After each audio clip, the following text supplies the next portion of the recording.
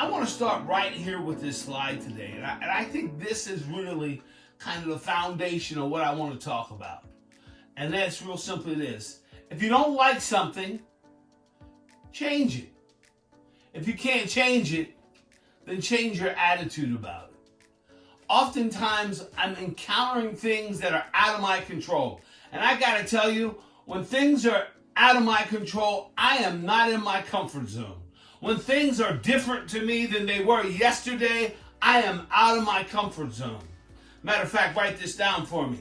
I've learned to become comfortable being uncomfortable. I've learned that being uncomfort is a sign of growth. Something is happening inside of me that's pushing me outside the walls of my comfort zone. That's moving me to a place where just maybe I may find benefit. I may find growth. So sometimes we just have to change our attitude. I think back and I remember in 1983 when I was first kind of getting involved in training, I remember going past people's offices and I would see this migration between a typewriter and a computer. And the people that had computers, I remembered vividly, they were being asked to use this device that was brand new. But the people using the typewriter would kind of snicker and look at them and say, oh, that's because you're not going to be here long. That's why we have you trying that piece of equipment out. And folks, I got to tell you, today, if I go by your desk and you have a typewriter on it, that probably means you haven't embraced some change. And it may mean that probably you're not going to be here because that's not what we do anymore. And so in the progression of business and the progression of life, if we look back, all we see is change. This morning I got up to a device that woke me up that was on my arm that I got to tell you, it fascinates me that I can have a watch on my arm that does all these many things. Calculates my sleep rhythm, tells me my heart rhythm, tells me my conscious awake sleep, tells me so many things that just a few years ago we didn't have it. But yet we embrace the things that we like. Where will we be in the future? For those that remain flexible, you shall not be bent out of shape. So why don't we get started? You see, I just love the mantra of the folks and the passion of the folks that stand. I just love how we have such camaraderie and we come together. And so this made me think of you when I was putting this together, that we're not a team because we work together. We're a team because we respect, trust, and care for each other. As soon as I got on the call today, I immediately saw the care and the concern and the empathy and the love being shown. I heard Kim talking to the gentleman that came on. We were thinking about you and your family. And immediately we began to see this trust, this caring for one another. Goes beyond the workplace, goes beyond what we do, goes beyond member services, goes beyond online banking, goes far beyond anything we could ever do. When we care for one another, and we support one another, and we encourage one another, and we uplift one another. Big point, uplift one another, not put each other down. There's no room for that. Because the change is difficult enough. It's pushing me to a place I don't even want to go. Oftentimes I will say, what's wrong with the way it used to be? Now I find myself at age 61 looking back saying, I'm kind of set in my ways. And that's a dangerous way to talk, because being set in your ways is not necessarily conducive to long-term growth. Being set in your ways may cause some opportunities, Milton, to go by you. Being set in your ways may have folks look at you and say, he's a little irrelevant. He's become irrelevant. I want to remain relevant to you. And I want you to remain relevant in your career path and in your growth for all that you plan to do here at the United States Senate Federal Credit Union. See, you heard me say this earlier. Blessed are the flexible, for they shall not be bent out of shape. Now, I don't think that's in the New Testament or the Old Testament. That's just really something I found, but I will tell you this. I've learned that flexibility is a sign of my growth. Please don't miss that. I'm talking about me. I'm not talking about you. You let this fall where it may with you this morning. But I find that flexibility is a sign of my growth. As an only child, my immaturity, please don't miss this, my immaturity will show up quite often when I'm asked to move outside of my comfort zone. Because as an only child, I won't say I was spoiled, I'll just say I got a lot of things I needed, and I needed a lot. You'll get that later. And so therefore, that behavior, that mindset that I brought as a child into the workplace, into life, into marriage, into children, into childhood, into business, into entrepreneurship, into leadership, I've had to change because it hasn't always served me well. So let's try to remain flexible. Let's just look at the greater good, often known as the bigger picture. Let's see it as it's going to become, not as it is. See it for what it will be, not the struggle that we go through. There'll be a time we'll look back on this moment and we will actually chuckle. We will chuckle about how we saw this being a time of burnout, a time of just exhausted. But yet we'll see how much more beneficial it is on the other side, if you will. On the side when we can look back and see the growth that we've come from. So being flexible at work, right? Really simple, defined as capable of bending easily without breaking. Capable of bending easily without breaking. Ready and able to change as to adapt to different circumstances. So this is kind of, I want you to just think about this slide as we go through it. Like, what happens when change occurs? So like, think about it like this. You're driving down the road and you're going at 65, whatever speed you drive or whatever road you're on, you're going the speed limit. And then all of a sudden, traffic stops. Something is going on. Maybe you got something in your car telling you there's an accident ahead. Maybe your GPS is telling you to take another route. But something now has changed. You were going at a great rate of speed. Now you're just kind of bumper to bumper to bumper, if you will. You're just getting by, or something is happening. So what happens when change occurs? Think about this.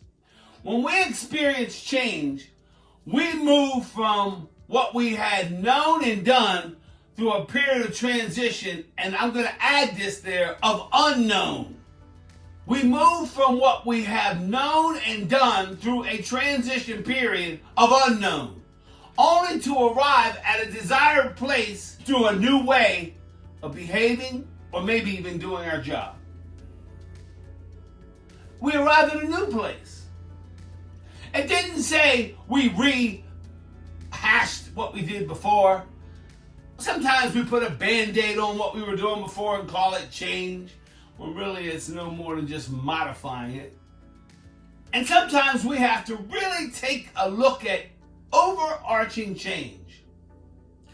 I knew when I was suffering with alcoholism and drugs in my life, and I knew when I was living a life that I didn't want to, I had to look in the mirror and make some radical change. So watch this. Depending upon where you're at and what you're trying to accomplish, the change becomes greater. The greater the mountain, the greater the change. Whenever one wants to do something great, you should expect a transition of uncomfortableness because you're walking in a place you've never been before. But it's okay, as long as you have your eyes on where you're going and you know what the outcome is going to be. Let me share something with you Tim told me here probably about a month or two ago. And I'll preface this by saying, I remember when we used to go to Alexandria right off Eisenhower, and he would talk to me about this new building. And when he would talk to me about this new building, his eyes had a certain type of look. His voice, there was a smile, there was a presence. And this building seemed to be so important to him. It was the topic of many of our discussions. But I want you to know that of late, this is what he said to me. You know the same passion I felt for the building and how we were going to move to this brand new facility? I'm telling you, the online banking system is far more important than the building ever was, because this impacts our members at the very core. And I really started to feel, not just hear, but feel his concern for such a monumental task. We're going to a place we've never been before. While he's confident we can do it, while the leadership is confident they can do it, while the organization has prepared us, we're in a period of unknown. We're maybe even in a period where we're tired. We could even be in a period where we're uncertain. Here's what I know about uncertainty. When I'm in a place of uncertainty, it's time for me to reach over and grab the hand of somebody that's certain. When I'm in a place of uncertainty, it's time for me to reach over and grab the hand of somebody that I know knows where they're going. I've been in places and times and walking through my life where I was uncertain. I would reach to my mentor for certainty. And that's what we need right now, is we need folks that are certain about where we're going and why we're going. It helps ease the pain for the others. Let's look at this next point. Treating change as a process is a central component to success, to a successful change, and is part of successful change management. Now, why do we have to treat it like it's a process? Because what that would suggest is, if we do A, B, and C, chances are we can get D. But we know that there's some things we must go through to get to where we want to be. Ladies, for those of you that are mothers, you may remember what childbirth was like. You may remember the 9 months of pregnancy, or the time that you were carrying this child.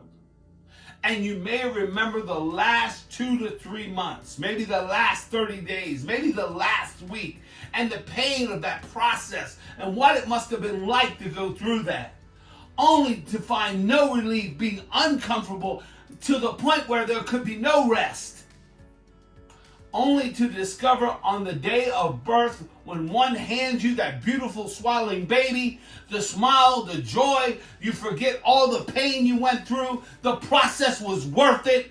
The process was worth it. The process was worth it. And you're better off. That's why process is important. Let me tell you what really happens in process. The work on you is greater than the work that's happening outside. Will you adapt to this? Will you see this as an opportunity to grow? What happens when change occurs? It starts to work on us on the inside. This is what I know. When people are placed in an environment where they're asked to change, not forced to change, but asked to change for the betterment of the cause, the purpose, the mission, we really find out just how much buy-in they really have. Now, there's nothing wrong with being reluctant. There's nothing wrong with being concerned. But how much longer will you stand on the side and look through the window to say, I'm not quite ready? How much longer? Because it reminds me of the train coming down the track. The change, the process is coming. Let's take a look at the next slide. So, as we think about change and moving ahead, I want to give you a simple definition. Change is no more than make or become different. Aren't you glad you changed? Now, I got to tell you, there's some changes happening in my life I'm not real happy with. Like, I notice now, every morning I get up, I don't know what's going on here, Kim, but it seems like I get more and more gray hair. I'm not a big fan of that change. But I'm starting to embrace it, to say, aren't you glad you're here? Maybe, just maybe, you can see the appreciation in that. What if you had no hair, sometimes I say? How about becoming different? Am I the same person I was yesterday? That would not be a sign of growth over a long period of time. I was leaving Stanton and I was driving back home. And I'll never forget, on the way home, going up the interstate, they have these rest areas. And interesting that in every one of the rest areas, there's a large sign that says no overnight sleeping. In other words, you can come by and stop for a little while and refresh. You can do whatever it is you need to do, but don't stay there too long. I think that's kind of indicative of change. We can rest. We can be here for a little while, but don't stay here too long. Because we may miss that which is waiting on us. We may miss that which we could have experienced. If you look back in your life today and you see everything you've ever accomplished, I promise you, change was at the root of all your success. You changed some behavior. You changed some mindset. You changed some belief systems. You changed some habits. You changed some friends. You changed yourself. Nobody else changed you. So what is change? To make or become different. That's all. It's just real simple. It was this way, now it's this way. So therefore it changed. I'm not here to change people. I'm here to ask you to open up the windows of your soul, to look through the eyes that you have to see, is this going to be better down the road, the process? Is this going to be better tomorrow, the next day? Is this going to be ultimately better for the people we serve?